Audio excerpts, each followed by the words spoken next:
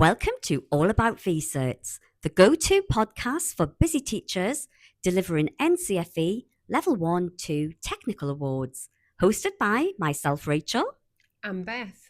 We're both experienced provider development officers here at NCFE, Each bite-sized episode is packed with practical insights, top tips, and expert guidance on all things research.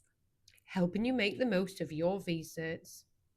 Hi everyone and welcome to Engineering Essentials. I'm Beth. And I'm Rachel. Today we're going to be diving into the Chief Examiner and Moderator's report for the NCFE Level 1-2 Technical Award in Engineering. So if you teach this qualification, we've got some useful insights and tips to share. So let's start with the basics. The qualification is linear and learners must take both the exam and the non-exam assessment in the same series.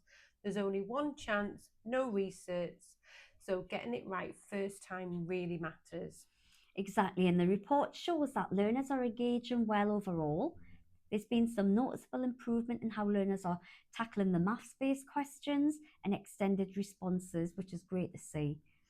In the exam, learners did really well with multiple choice and short answer questions, especially those focused on materials and properties, but some struggled with medium response questions that required applying specific knowledge. Yes, and the extended response questions were also a mixed bag. Learners who gave opinions and justified their answers scored higher. So it's worth encouraging learners just to go beyond listing facts, get them to explain and evaluate and put that extra bit detail in.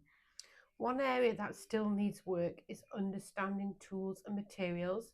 For example, many learners thought MDF was strong, which isn't quite right, and some couldn't identify a handsaw in a diagram. That is a good reminder to include more hands-on activities and visuals in your lessons.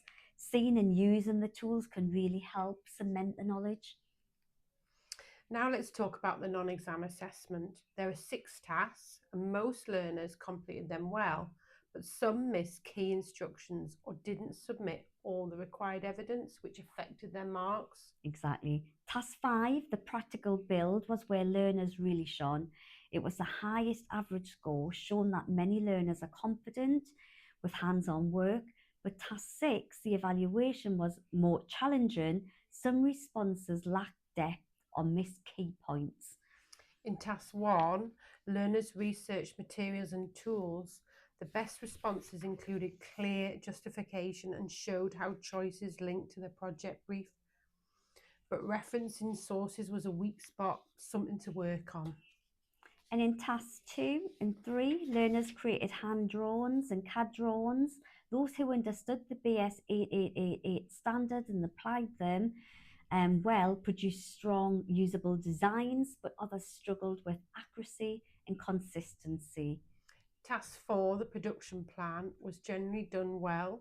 Learners who included realistic timelines, risk assessment, and quality control measures scored higher. It's a good idea to practice planning in the classroom to build those skills.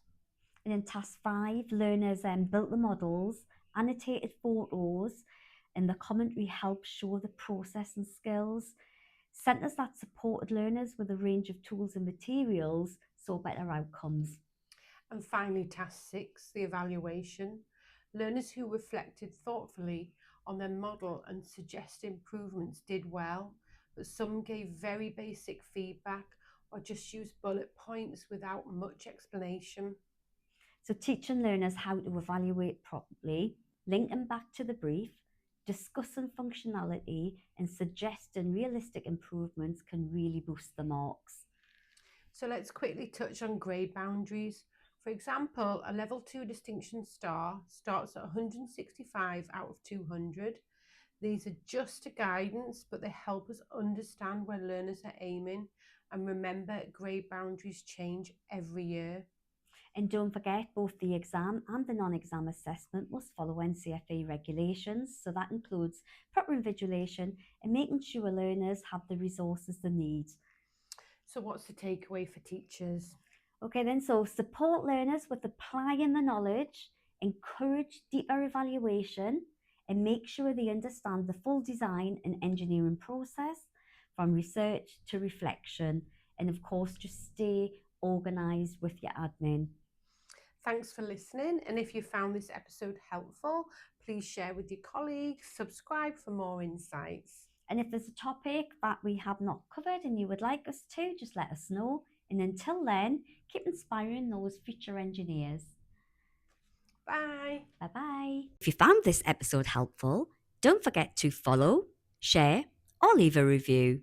Until next time, be prepared And know we're here for you. and stay connected.